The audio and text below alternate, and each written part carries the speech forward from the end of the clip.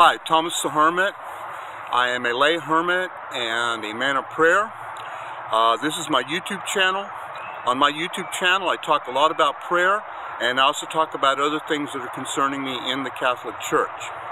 Now, today's topic is following up on St. Teresa of Avila, the great teacher of prayer.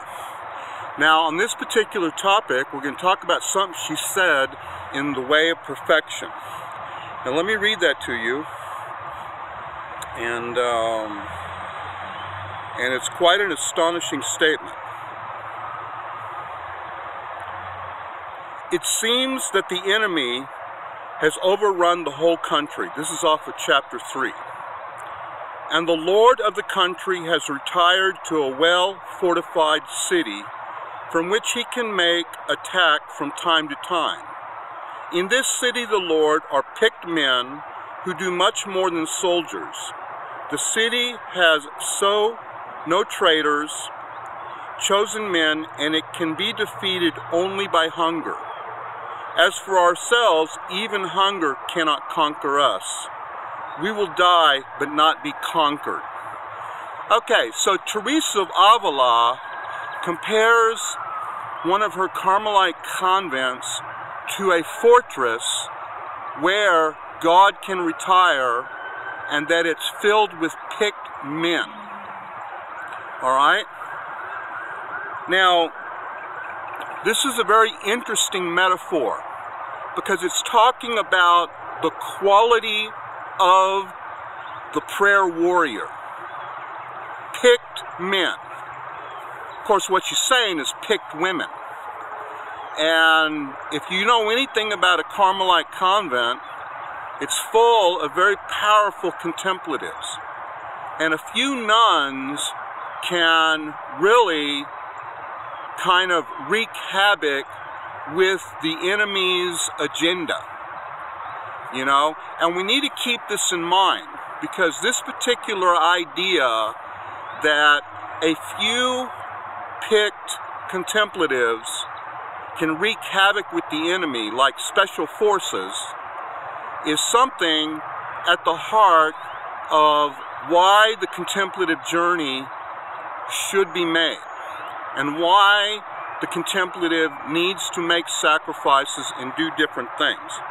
Now let me read you more so we can also draw upon the historical context.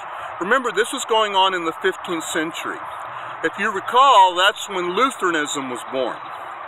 So let's check it out. Does she talk about Lutheranism? Yes, she does. I noticed the havoc in France caused by the Lutherans. They troubled me, and I asked the Lord to remedy this evil. I would have died 1,000 times to save one soul. I saw the Lord had many enemies and few friends. I felt that at least I could make his few friends trusty ones. I resolved to follow the evangelical counsels and have the other nuns do the same. I hope that their virtue would counteract my defects. Okay, again, what I've talked about, St. Teresa's humility, which is authentic and real. Now, I don't want to cover that right now. But you can hear that one of the reasons she founded these convents was so that they could fight Lutheranism with prayer. Now, I'm not going to talk about, you know, whether Luther's in hell or anything like that. I'm not interested in such comments. You know, they're not profitable. This is not about Lutheranism. This is about the value of the contemplative and what the contemplative does and why they are so needed today. Teresa is saying in another place, I'm not going to look it up, but it's written in The Way of Perfection, that the world is burning. Well, are we in a time like that? Is the world burning today?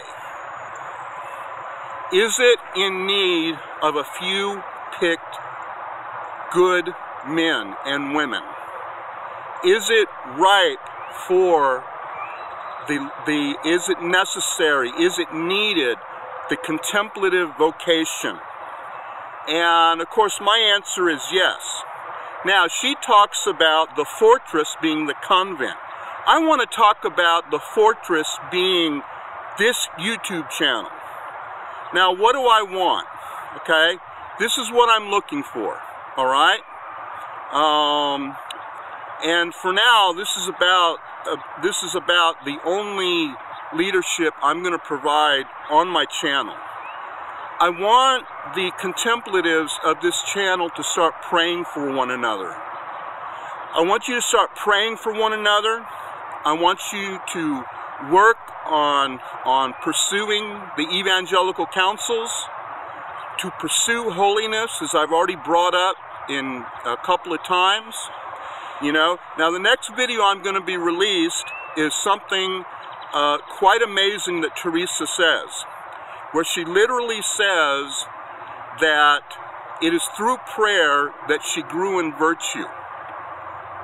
And that will be interesting, because if it is through prayer that she grew in virtue, then it is through prayer that we are going to grow in virtue. And as we grow in virtue, we become the picked men and women of God to be His prayer warriors during these very extremely difficult times. If her world was on fire, ours is on nuclear fire. And no, let no one say that I'm prophesying anything. I'm just using a metaphor. Sometimes, to quote Freud, a cigar is just a cigar, and this, my nuclear on fire, is just a metaphor. That the world is indeed really, really, really on fire. This is Thomas the Hermit. Say a prayer for me. I am praying for you. And I will talk to you later.